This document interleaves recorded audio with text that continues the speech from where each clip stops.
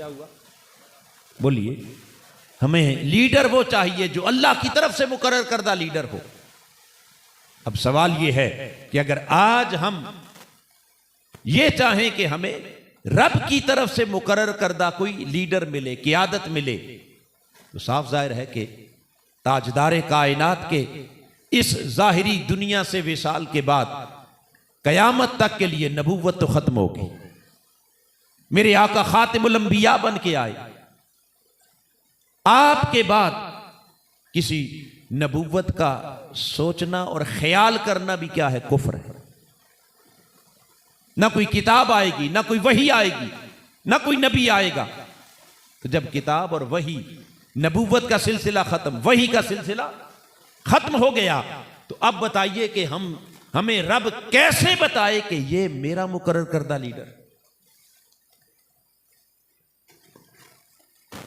کبھی اس پر سوچا کہ وہاں سموئیل اللہ کے نبی موجود تھے، قوم نے آ کر ان سے جب کہا کہ ہمیں رب سے لیڈر لے دیں، تو پیغمبر نے خدا کے حضور درخواست کی، اللہ نے وحی بھیج کر نبی سے کہا یہ فلاں کو ان کے لیے کیا کر دو، لیڈر مقرر کر دو۔ آج تو نبی نہیں، آج تو وحی نہیں اتر رہی۔ اب ہم چاہیں کہ خدا ہمارے لیے بھی کوئی مقرر کرے اور ہمیں یقین ہو جائے کہ یہ اللہ کا مقرر کردہ ہے، تاکہ ہم آنکھیں بند کر کے اس کے پیچھے چل پڑیں۔ تو حاضرین محترم، یہ یقین ہمیں کہاں سے ملے؟ نہ نبی ہے، نہ وحی ہے، نہ خدا کی طرف سے کوئی پیغام اتر رہا ہے۔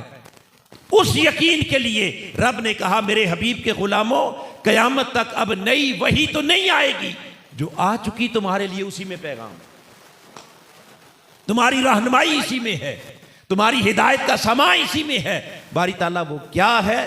فرمایا اللہ کے مقرر کردہ لیڈر کی دو صفات ہم نے قرآن بنا کر اپنے محبوب کے سینے پر قیامت تک کے لیے اتار دی ہیں، لہذا قیادت چاہنے والوں آؤ لیڈروں میں، قائدوں میں اور قیادت کے دعوے داروں کے اندر جھانک کر دیکھو، جہاں یہ دونوں صفات تمہیں اپنے نقطۂ کمال پر دکھائی دے، علم بھی کمال پر دکھائی دے اور جرأت اور استقامت بھی اپنے کمال پر دکھائی دے، جہاں یہ دونوں صفات اپنے نقطۂ عروج پر، اپنے کلائمیکس پہ نظر آئیں، وہاں آنکھیں بند کر کے یقین کر لینا کہ یہ انتخاب کسی انسان کا نہیں، یہ انتخاب خدا کا۔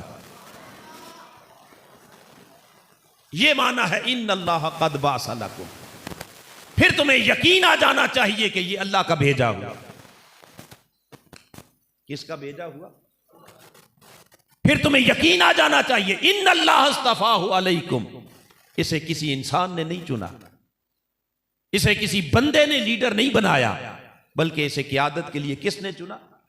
اللہ نے چنا۔ تو رب کائنات نے فرمایا اب قیامت تک میں وہی تو نہیں بھیجوں گا، مگر یہ صفات تمہارے سامنے رکھ دیتا ہوں، ان کے آئینے میں تم اچھی طرح آسانی سے پرکھ سکتے ہو۔ جہاں یہ دونوں صفتیں کمال پر دکھائی دیں، وہاں تمہیں یقین آ جانا چاہیے کہ یہ انتخاب کس کا ہے؟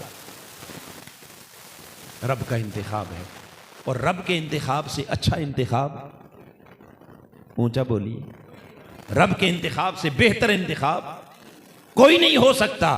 لہٰذا حاضرین محترم، آئیے اگر اس قرآن پر ہم ایمان رکھتے ہیں اور اس قرآن کو کتاب ہدایت مانتے ہیں اور اس کی ہدایت میں چل کر منزل تک پہنچنا چاہتے ہیں، تو پھر یہ قرآن ہمیں پکار پکار کر کہہ رہا ہے کہ اے مظلوم قوم، ظلم کی چکی میں پسنے والی قوم، حقوق سے محروم قوم، حق کی جد و جہد کرنے والی قوم، اگر تجھے رب کا مقرر کردہ لیڈر چاہیے تو پھر تمام لیڈروں اور قیادت کے دعوے داروں کی ایک فہرست مقرر بنا لے۔ وہ 100 بنے، 50 بنے، 1000 بنے، 500 بنے، اور ان میں سے ہر ایک کے اندر جھانک کر دیکھو جس کے اندر یہ دونوں صفات، یہ دونوں صفات، پہلی صفت بسطتاً فی العلم، سیاسی لیڈروں کی بھی فہرست بنا لو، مذہبی اور دینی قیادت کے دعوے داروں کی بھی، کیا روحانی قیادت کے دعوے داروں کی بھی لسٹ بنا لو، دینی قیادتیں ہوں، سماجی ہوں، سیاسی ہوں، ان میں غیر جانبدارانہ طور پر دیکھو، بھول جاؤ کہ کون کیا ہے اور ہمارا کس سے تعلق ہے یا نہیں ہے. تعصب کی اینک اتار کر غیر جانبدارانہ تجزیہ کرو، جائزہ لو.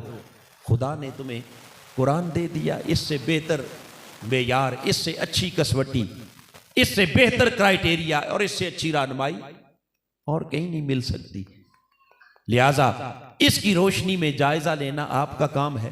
دیکھتے جائیں جہاں آپ کو علم کی معراج نظر آئے.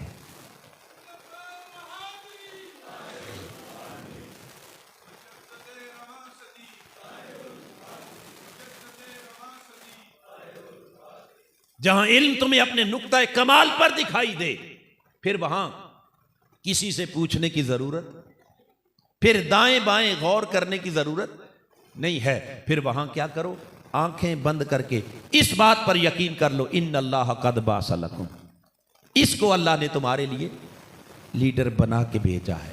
ان اللہ اصطفیٰ علیکم، اسے خدا نے تمہاری قیادت کے لیے کیا چن لیا ہے.